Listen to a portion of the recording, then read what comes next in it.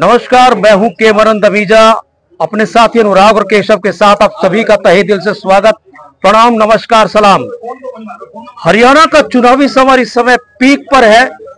हरियाणा में महाभारत, जो चुनावी महाभारत है, उसमें हर योद्धा अपने अपने तरीकों से चुनाव प्रचार में जुटा है। 48 घंटे का समय बचा है और इस समय आप देख सकते हैं कि मैं और मेरी टीम पूरी तरीके से इस चुनाव प्रचार में लोगों की नब्ज टटोलने की कोशिशों में लगी है कि आखिर लोग इस बार की सत्ता किसे देना चाहते हैं, किसको काबिज करना चाहते हैं, किसको राजा बनाना चाहते हैं या फिर फर्श पर लाना चाहते हैं। इस समय बरवाला हल्के में मौजूद है हमारी टीम और बरवाला हल्के के आम जनमानस से जानने की कोशिशों में लगे हैं। उनको थर्मामीटर लगाकर चेक करने की कोशिश करेंगे कि किसका पारा यहां हाई है और कौन इस पारे से बाहर देखा जा सकता है। हम आपको बता दें कि लगभग 1,87,000 के वोट बैंक वाला बरवाला हल्का पिछले जब से बरवाला में चुनाव शुरू हुआ, विधानसभा बनी अभी बरवाला, यहां पर बीजेपी आज तक कमल नहीं खिला सकी है। अभी भी वनवास यहां देखने को मिल रहा है बीजेपी का। क्या इस बार बीजेपी का वनवास खत्म होने वाला है या फिर कांग्रेस सत्ता का परचम लहराने चली है या फिर आईएनएलडी? मुकाबला बेहद सटीक है, बेहद रोमांचकारी मुकाबला बरवाला का देखने को मिलेगा। इस समय मेरे साथ कुछ लोग हैं जिनसे जानने की कोशिश करते हैं कि आबो हवा, ये जो आबो हवा इस समय है, रुझान इस समय जो है, माहौल किस पार्टी का बनता देखा जा सकता है। क्या बीजेपी का वनवास खत्म होगा या फिर कांग्रेस परचम लहराएगी या फिर आईएनएलडी, जिसका दावा अभय सिंह चौटाला करते नजर आ रहे हैं कि वो सीएम बनेंगे, अभय सिंह चौटाला सीएम बनेंगे। लोगों से जानने की कोशिश करते हैं वास्तव में लोगों के दिल में क्या है। आपका नाम? राजेंद्र बरवाला। मैं बरवाला से हूँ और जन्मभूमि मेरे बरवाला से। राजेंद्र जी, आप बरवाला के रहने वाले। बरवाला के बारे में ये कहा जा रहा है कि लोग यहाँ बाहरी उम्मीदवार, जब भी चुनाव हुए ज्यादातर केसेस में यहाँ बाहरी उम्मीदवार को बढ़त मिली, बाहरी उम्मीदवार एमएलए रहा। ये दुर्भाग्य रहा बरवाला का कि बरवाला एक ऐसी है कि अतिथि बाबा हम सबको गले लगाते हैं, मगर ऐसी पार्टी है और नेता बनकर, एमएलए बनकर लूट कर चले जाते हैं। उनका काम है चोरी करना, हमारा काम है उनको अतिथि बाबा। क्यों? हम हिंदुस्तानी हैं, इसीलिए पहले कर्तव्य बनता है हर आदमी का इज्जत करें। मगर अब जो है कमल का फूल खिलाने की बारी है। कमल की फूल की आपने बात की। बीजेपी एक लंबे अरसे से यहाँ अपनी एक सीट खोजने की कोशिश कर रही है, यहाँ पर काबिज होने की कोशिश कर रही है। क्या वनवास आपको लगता है कि खत्म होने वाला है इस बार? क्योंकि राम जी जो है ना 500 साल के बाद अयोध्या में आए हैं, तो यहाँ भी वनवास खत्म हो गया। यहाँ भी कमल का फूल खिलने का वादा है हमारा। बड़े अच्छे वोटों से कमल का फूल खिलेगा। कमल का फूल आखिर क्यों खिलेगा? क्या ऐसे मुद्दे हैं? रणवीर गंगवा यहाँ से प्रत्याशी हैं, क्या देखते हैं, क्या सोचते हैं आप उनको लेके? देखिए, प्रत्याशी तो कोई भी हो सकता है, मगर उसकी शैली, उसके कार्य, उसकी नीति और नीतियां, क्योंकि मोदी जी ने जो देश में काम किया, वर्ल्ड में काम किया है, वो काम हमारा बरवाला वाले ने करना है। इसलिए कमल का फूल खिले। हमें विश्वास है कि हम लोग सभी उनके साथ हैं। पिछले 10 साल में यहाँ विकास नहीं हुआ या हुआ, क्या कहेंगे? यहाँ विकास नहीं हुआ, बकवास हुआ है। क्योंकि हमने हर आदमी पे सरकार ने पैसा दिया, ग्रांट दी, मगर वो ग्रांट खा जाते हैं। जो अब कांग्रेस का विधायक खड़ा हुआ है, उसको हमने बनाया था, मगर उसने इतनी ग्रांटें खाई, कोई से अधिकार नहीं है। और जैसे एलएडी की बात करते हो, इंडियन नेशनल लोकदल की बात करते हो, ये सभी ये जो छुट भैये हैं, क्योंकि झूठे वादे करते हैं।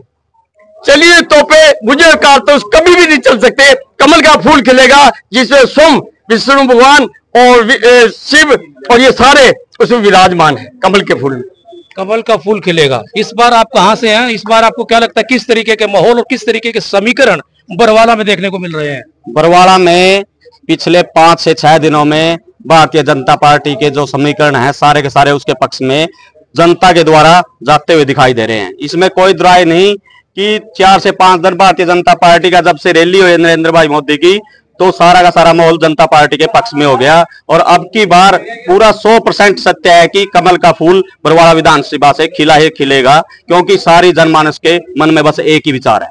क्या मुद्दे हैं, किन मुद्दों को लेके आप कमल के फूल को वोट डालना चाहेंगे या किसी भी पार्टी को देना चाहेंगे? बरवाला के मुद्दे क्या हैं? बरवाला अभी तक पिछले 30 सालों में पिछड़ा हुआ दिखाई दे रहा है। बरवाला में अब तक जितने भी एमएलए बने, वो चाहे तो ऐसे बने हैं उनकी सरकार नहीं थी ऊपर में, चाहे कोई भारी एमएलए बने। भारी का मतलब मेरा है कि कोई दूसरी विधानसभा से एमएलए बना है तो यहाँ की समस्याओं को समझ नहीं सका।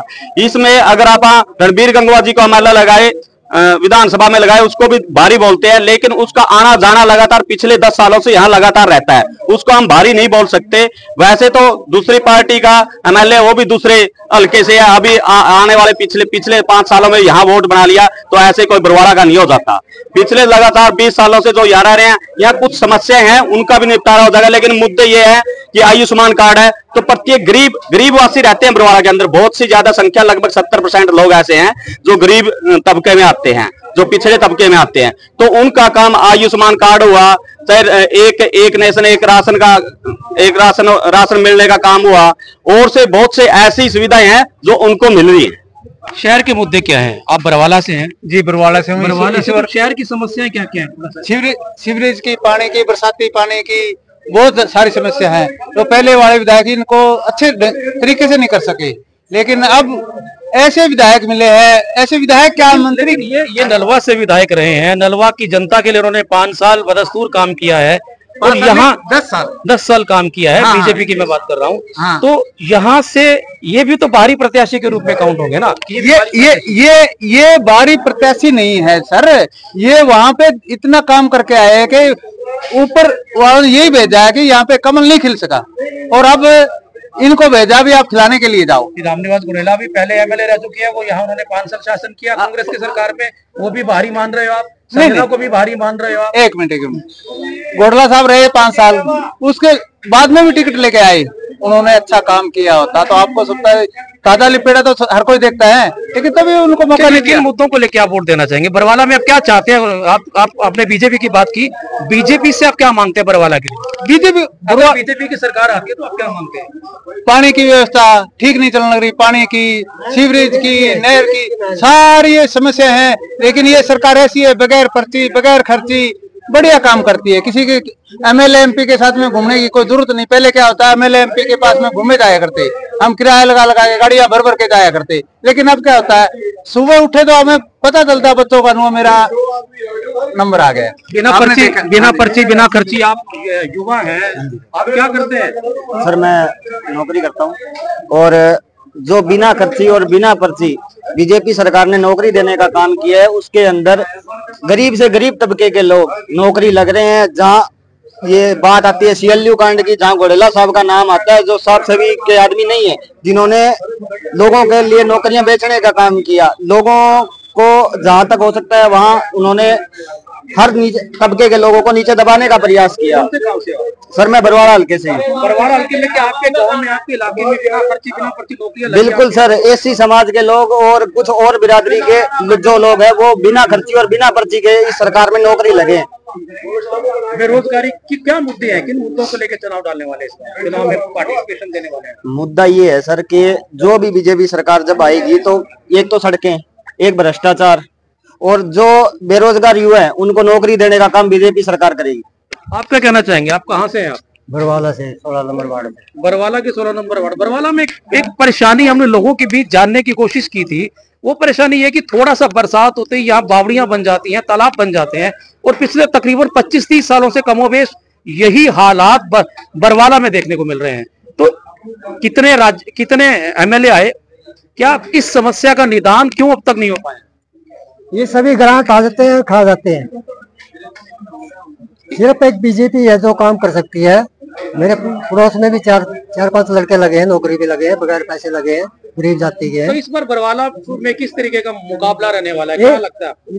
बिल्कुल पहले नंबर पे है बीजेपी, बिल्कुल फाइट में है। दूसरे नंबर पे संजना है।